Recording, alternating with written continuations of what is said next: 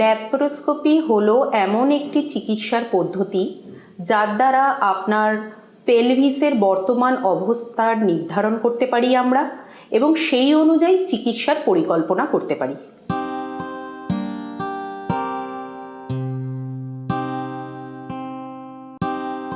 Laparoscopy আপনার under general অ্যানাস্থেশিয়ার মাধ্যমে করা হয়, যেখানে আপনি ঘুমন্ত অবস্থায় থাকেন এবং আপনার জ্ঞান ফিরে যাবার পর আপনাকে সঠিক কিছু পেন কিলার দেওয়া হয়, যে ক্ষেত্রে আপনার পেন সাধারণত হয় না।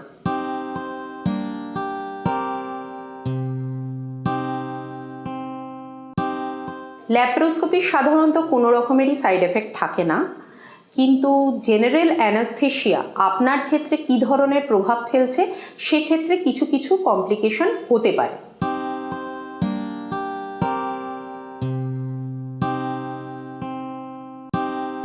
ল্যাপ্রোস্কোপির খরচ নির্ভর করে আমরা ল্যাপ্রোস্কোপিতে কী কী করছি আপনার সাথে তার উপর, কিন্তু অ্যাপ্রক্সিমেটলি এটা 60 থেকে 80 হাজারের মধ্যে থাকে।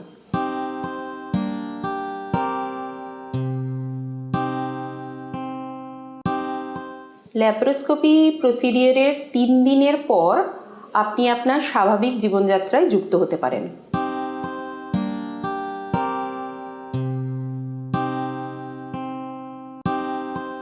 ল্যাপ্রোস্কোপি পদ্ধতির আগে আপনাকে ধূমপান আর মদ্যপান বন্ধ করতে হবে এবং ল্যাপ্রোস্কোপি প্রসিডিওরের ঠিক আগের দিন মধ্যরাত থেকে আপনাকে কিছু না খেয়ে থাকতে হবে।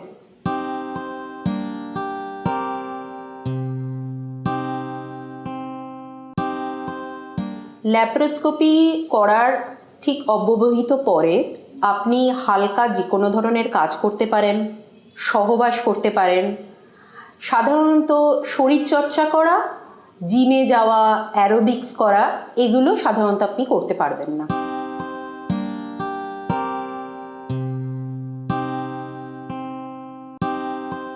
ল্যাপ্রোস্কোপি প্রসিডিওরের পরে ইনসিশনটা হিল হতে মোটামুটি 1 সপ্তাহ টাইম লাগে, আর বেশিরভাগ পেশেন্টই নর্মাল অ্যাক্টিভিটিসে তার মধ্যেই ফিরে আসে।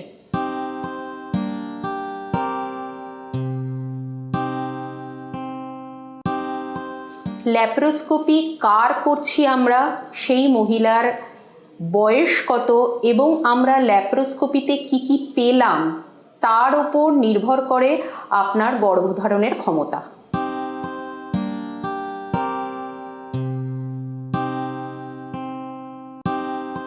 না, ল্যাপ্রোস্কোপি মাসিক চলাকালীন করা যায় না।